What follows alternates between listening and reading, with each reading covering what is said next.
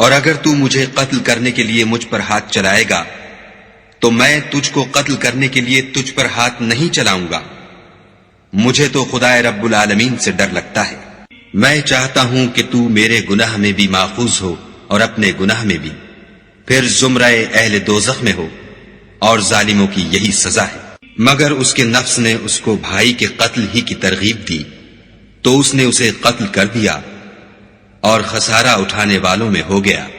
اب خدا نے ایک کوا بھیجا جو زمین کریدنے لگا تاکہ اسے دکھائے کہ اپنے بھائی کی لاش کو کیوں کر چھپائے۔ کہنے لگا، اے ہے مجھ سے اتنا بھی نہ ہو سکا کہ اس کوے کے برابر ہوتا کہ اپنے بھائی کی لاش چھپا دیتا۔ پھر وہ پشیمان ہوا۔ اس قتل کی وجہ سے ہم نے بنی اسرائیل پر یہ حکم نازل کیا کہ جو شخص کسی کو ناحق قتل کرے گا، یعنی بغیر اس کے کہ جان کا بدلہ لیا جائے یا ملک میں خرابی کرنے کی سزا دی جائے، اس نے گویا تمام لوگوں کو قتل کیا، اور جو اس کی زندگانی کا موجب ہوا تو گویا تمام لوگوں کی زندگانی کا موجب ہوا۔ اور ان لوگوں کے پاس ہمارے پیغمبر روشن دلیلیں لا چکے ہیں، پھر اس کے بعد بھی ان میں بہت سے لوگ ملک میں حد اعتدال سے نکل جاتے ہیں۔ جو لوگ خدا اور اس کے رسول سے لڑائی کریں اور ملک میں فساد کرنے کو دوڑتے پھریں، ان کی یہی سزا ہے کہ قتل کر دیے جائیں یا سولی چڑھا دیے جائیں،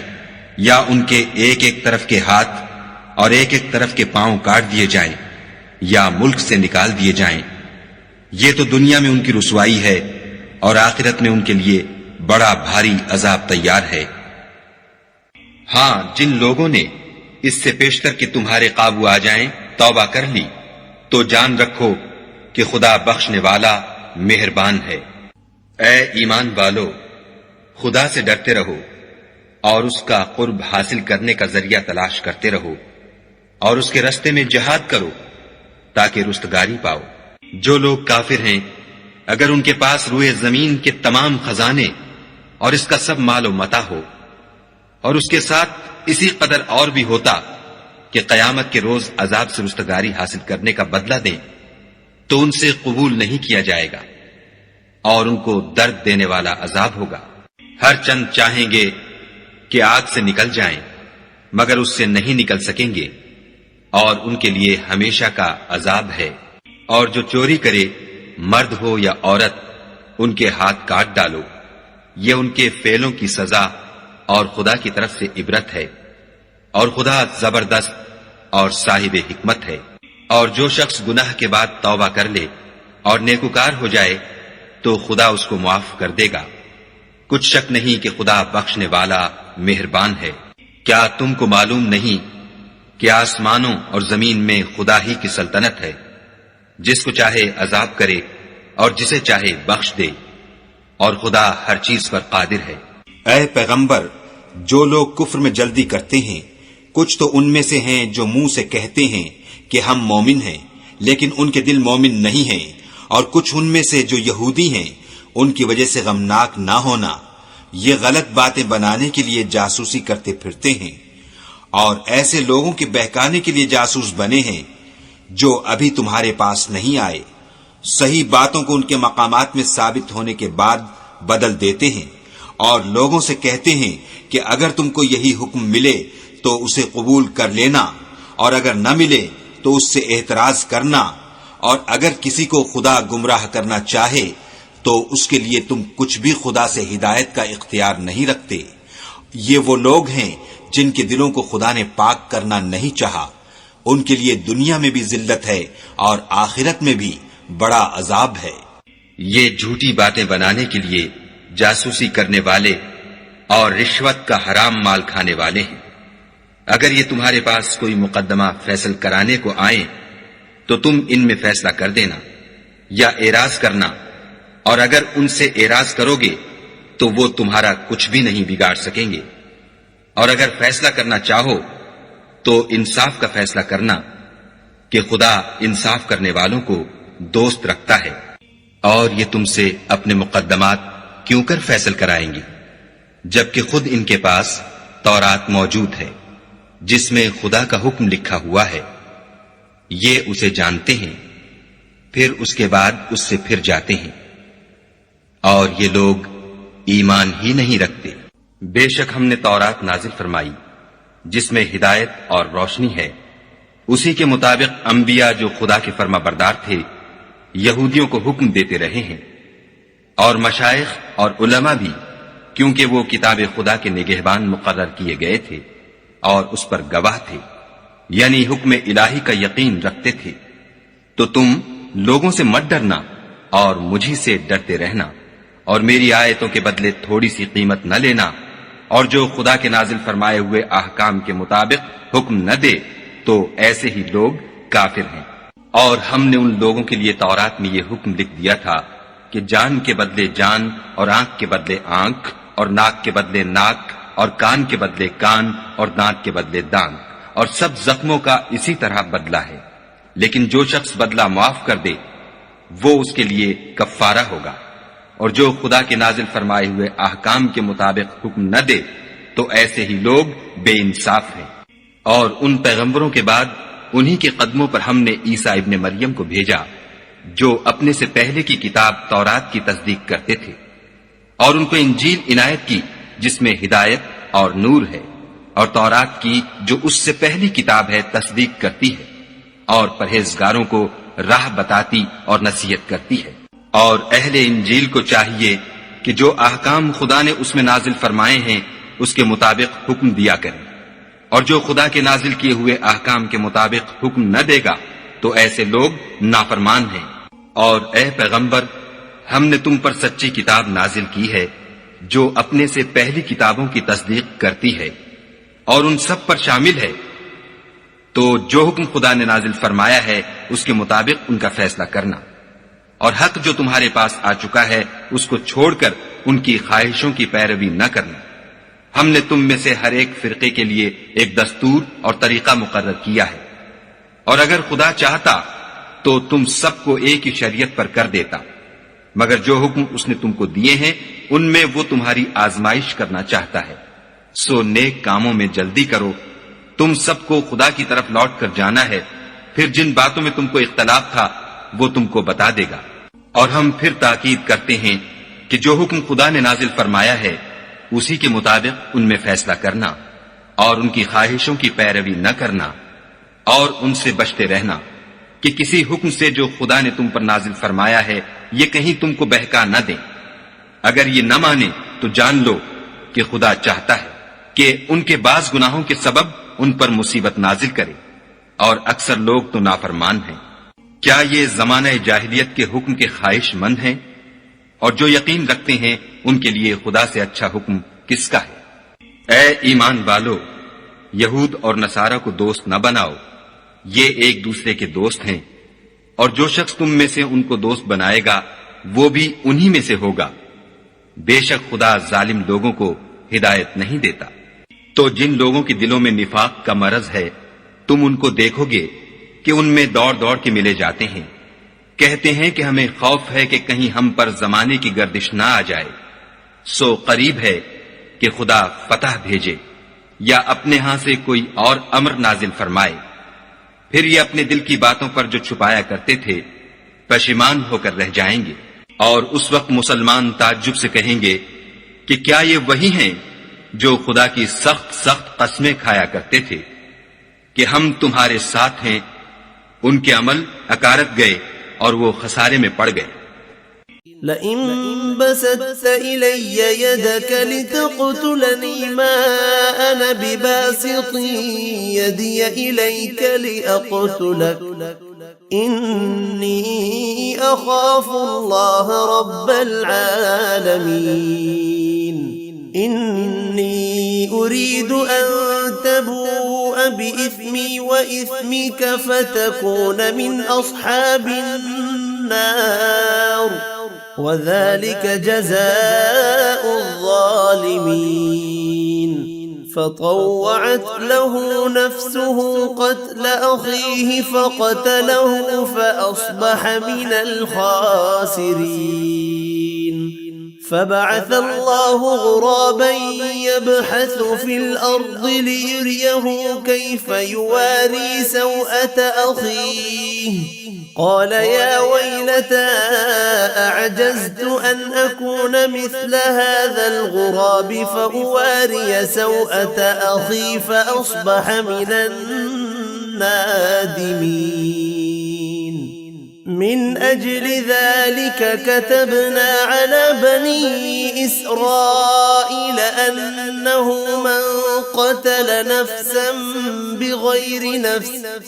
بغير نفس أو فساد في الأرض فكأنما قتل الناس جميعا ومن أحياها فكأنما أحيا الناس جميعا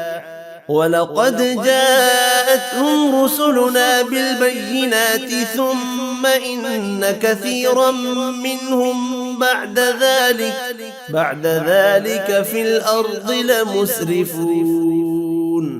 إنما جزاء الذين يحاربون الله ورسوله ويسعون في الأرض فسادا أن يقتلوا أو يصلبوا أو تقطع أيديهم وأرجلهم من خلاف أو ينفوا من الأرض ذلك لهم خزي في الدنيا ولهم في الآخرة عذاب عظيم إلا الذين تابوا من قبل أن تقدروا عليهم فاعلموا أن الله غفور رحيم يا أيها الذين آمنوا اتقوا الله وابتغوا إليه الوسيلة وجاهدوا في سبيله لعلكم تفلحون إن الذين كفروا لو أن لهم ما في الأرض جميعا ومثله معه ليفتدوا به من عذاب يوم القيامة ما تقبل منهم ولهم عذاب أليم يريدون أن يخرجوا من النار وما هم بخارجين منها ولهم عذاب مقيم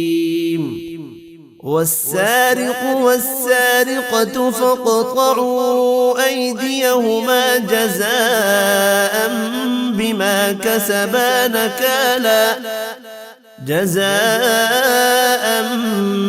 بما كسبا نكالا من الله والله عزيز حكيم فمن تاب من بعد ظلمه وأصلح فإن الله يتوب عليه إن الله غفور رحيم ألم تعلم أن الله له ملك السماوات والأرض يعذب من يشاء ويغفر لمن يشاء والله على كل شيء قدير يا أيها الرسول لا يحزنك الذين يسارعون في الكفر من الذين قالوا آمنا بأفواههم ولم تؤمن قلوبهم ومن الذين هادوا سماعون للكذب سماعون لقوم آخرين لم يأتوك يحرفون الكلم من بعد مواضعه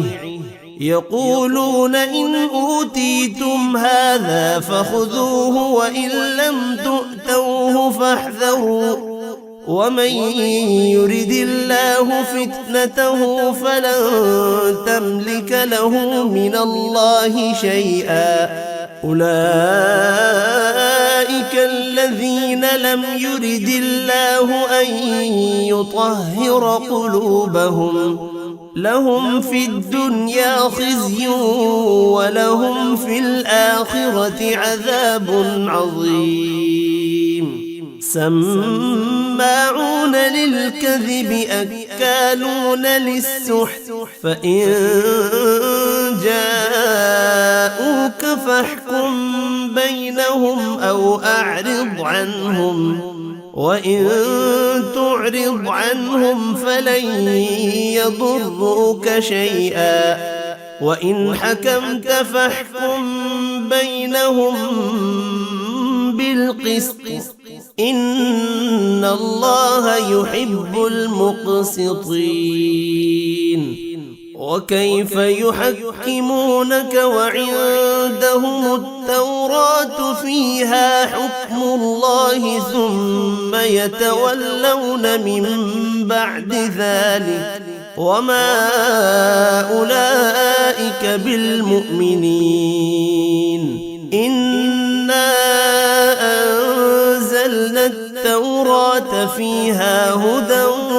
ونور يحكم بها النبيون الذين أسلموا للذين هادوا والربانيون والأحبار بما استحفظوا من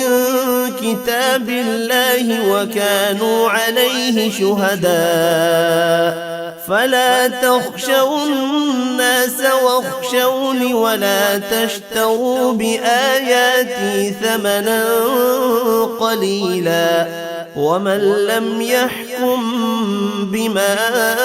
أنزل الله فأولئك هم الكافرون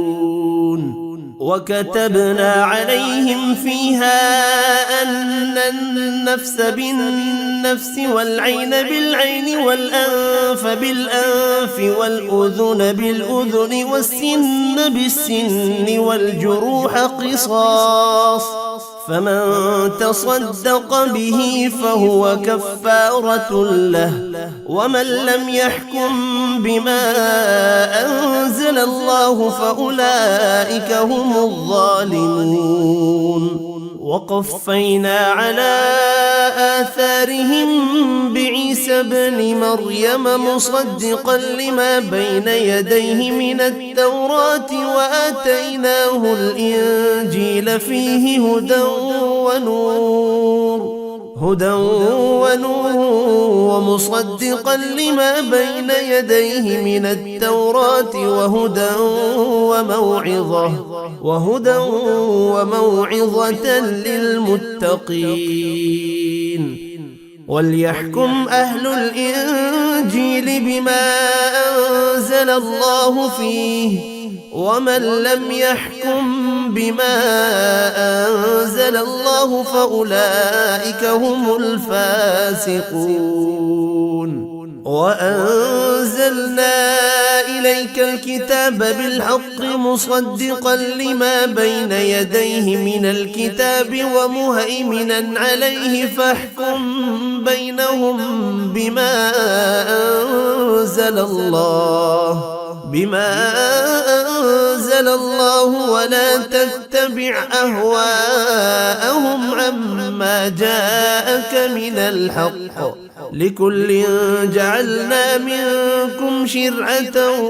ومنهاجا ولو شاء الله لجعلكم أمة واحدة ولكن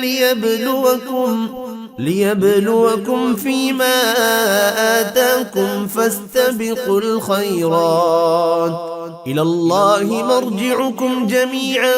فينبئكم بما كنتم فيه تختلفون وأن احكم بينهم بما أنزل الله ولا تتبع أهواءهم واحذرهم أن يفتنوك عن بعض ما أنزل الله إليك فإن تولوا فاعلم أنما يريد الله أن يصيبهم ببعض ذنوبهم وإن كثيرا من الناس لفاسقون أفحكم الجاهلية يبغون ومن أحسن من الله حكما لقوم يوقنون يا أيها الذين آمنوا لا تتخذوا اليهود والنصارى أولياء بعضهم أولياء بعض ومن يتولهم منكم فإنه منهم إن الله لا يهدي القوم الظالمين فترى الذين في قلوبهم مرض يسارعون فيهم يقولون نخشى أن تصيبنا دائرة فعسى الله أن يأتي بالفتح أو أمر من عنده فيصبحوا على ما أسروا في أنفسهم نادمين ويقول الذين آمنوا أهؤلاء الذين أقسموا بالله جهد أيمانهم إنهم لمعكم حبطت أعمالهم فأصبحوا خاسرين